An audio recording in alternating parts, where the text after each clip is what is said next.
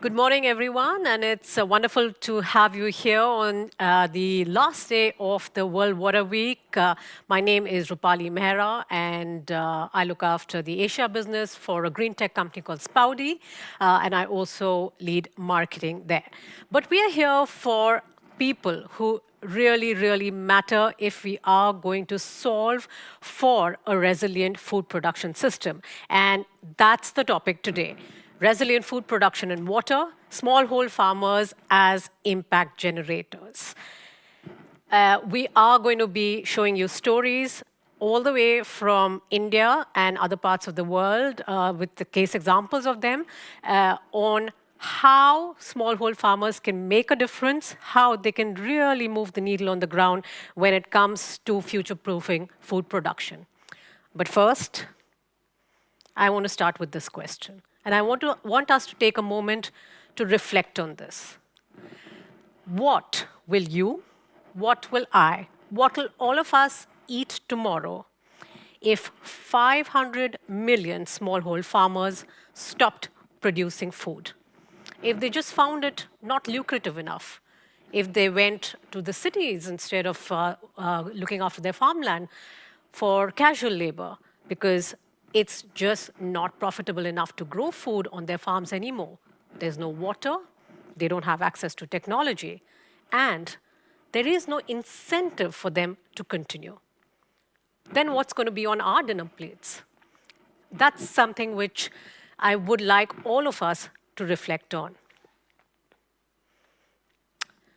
However, this can change if we all here want it to change.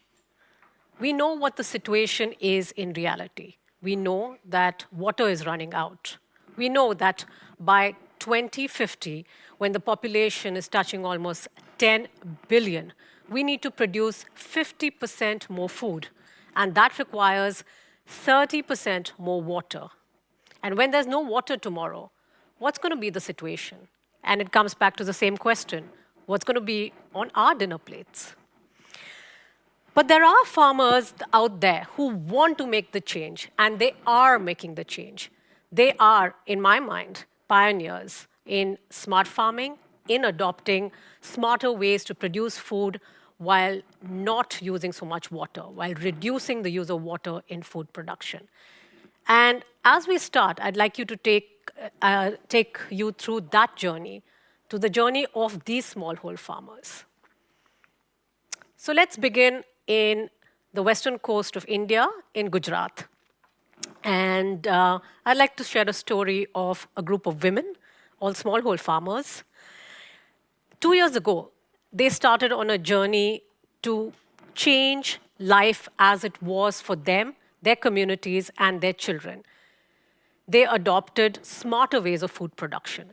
They trained themselves in smarter technology, in how they could conserve the water which is drying up in their wells and other water bodies. Here they are. And one of them is Bhavna Ben. Bhavna Ben grows castor, she grows cotton crop and fennel seeds. And she faced the typical problem that all smallholder farmers face, which is that they do not know how to scale their business, if I can call it that, because they are entrepreneurs in their own right. She did not have enough of an incentive. She did not have a kickstart, and water was running out. When she adopted smarter ways of farming, she adopted smart farming technology, she looked at ways in which she could reduce water use. She trained herself.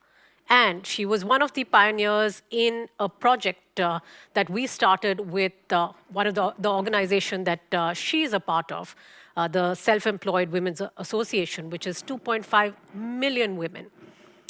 These are the results that she saw very early on in her field.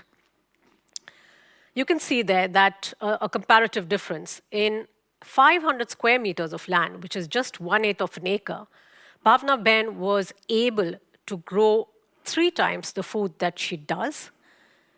She was able to earn a lot more money, as you can see on your screen, than when she does, at least 3.5 times.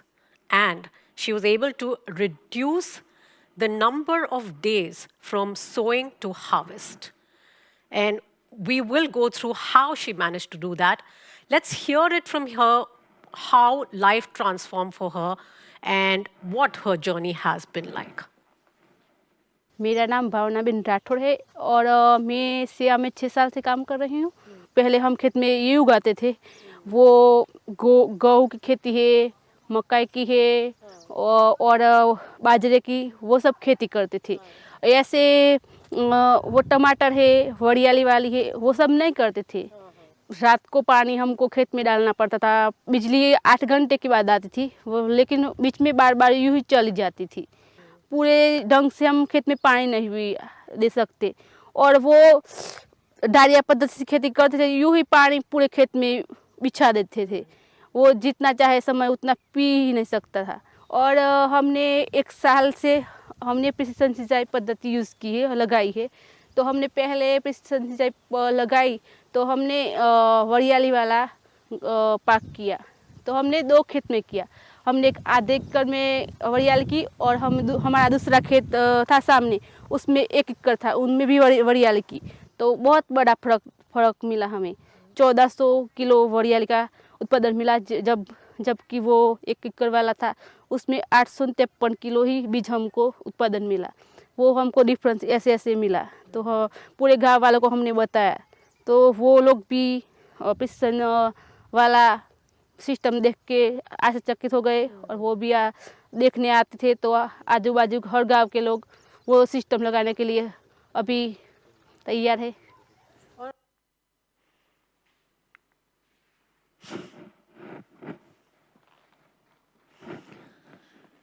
I'd like to also introduce you to another lady who you see on the other side of the screen, and her name is Sangeeta Ben Rathod. She is an impact generator today. But she was a smallhold farmer 2 years ago and wasn't able to move ahead. Now, she became a smallhold farmer not by choice, but by compulsion, literally, because due to unforeseen circumstances, the responsibility of looking after her farmland fell on her. But she knew that that's not the way she's going to continue growing crop, because it wasn't profitable for her entire community, for her family, and they were in dire straits. So she too began her smart farming journey. And today, Sangeeta Ben is a resilient and profitable smart farmer. She's producing far more crop with just 20% of the water that she did. She also is not overly dependent on erratic electricity supply, because she is on the last line of the grid, and she would typically get water only at night to flood irrigate her farm, which was dangerous and a lot of wastage of water. Her story has been so inspiring that she was invited to COP28 in Dubai a few months ago. We also met her there. She shared the stage with policymakers and with global stakeholders, including Hillary Clinton. And her story was captured by several international media, including here in Sweden by business newspapers. And her exceptional journey as a pioneer has made news worldwide. She continues smart farming today and is, of course, telling her story, and the community around her is seeing what she has actually done on ground. And I'd like to take you not very far from where they live, but to the house and to the farm of Falji Bhai. He is a smart farmer in Gujarat as well in India, and he would typically, in the summer months, leave his land barren because there was no water to grow any crop. He also adopted a smarter solution, smart farming technology. And this summer, he harvested watermelon, eggplants, cucumber at his farm, a farm which would typically lie barren. In 500 square meters of land, and that's how he started out, he got an yield of 800 kilos, earning 14,000 rupees, and a net earning of 13,600 rupees, whereas he would have earned nothing, zero in that land in those months. Now, this is just, he started out in 500 square meters, but when he expands smart farming to 1 acre of land that he has, he can earn a lot of money, over 100,000 rupees in Indian currency, which is very, very good for a farmer. So these are real life case studies. And when we talk about impact, these are the farmers who are the true impact generators. And they are the ones who have it in their hands to future-proof food production. And they are the ones who need the tools, and they need a lot more to create climate-resilient food systems and to secure water for the future generation to grow enough food. So here's the smallholder farmer right now, alone out there, in one, growing their land and doing their regular business and going about work as they do. There is technology available. There is enough smart technology, clean technology, which can enable the farmer to become an impact generator. But you see, there's a gap in them accessing it. How do we fill that gap? That's when the implementing organizations at the last mile, at the ground, come in. We work, for example, at Spowdi with a host of implementing organizations. We work with Child Fund, Barnfonden, with SEVA, the Self-Employed Women's Association, with Hand in Hand in India and Africa, and VEffect and a lot more. However, they can do what they're doing at the ground, provided there is enough of financial muscle for these farmers to adopt the technology. The training and capacity building can happen with the implementing organizations, but that financial kickstart is needed for the farmer. Together, we can be impact enablers, technology providers, finance and governance, multilateral organizations, implementing organizations, the facilitators. But ultimately, it is the smallholder farmer who is the true impact generator. And for that, to make this wheel turning, we all need to come together and act fast, act at scale, and really accelerate what we are doing to future-proof food production. And the results are really phenomenal, as we have seen. We can grow a lot more food, 200%, 300%. We've seen up to 6 times the increase in crop.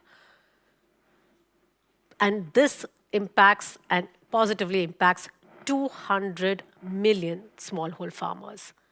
They are the ones who will move the needle when it comes to creating resilient, sustainable food production. This also means that these farmers can reduce water use by 80%. It also means that these farmers, if they are more profitable, they will continue growing food. And then we don't have to ask that question, what will be on our dinner plates if the smallholder farmers stop doing what they do? They stop being entrepreneurs who are in the farming business. But for that, I think we all need to change the way we look at these farmers. We need to see them as entrepreneurs. We need to see them as any individual who wants to start a business, has the muscle, but needs financial support and needs a kickstart, needs the training and capacity building. And together, we can future-proof the food production system and plan for feeding a 10 billion people planet.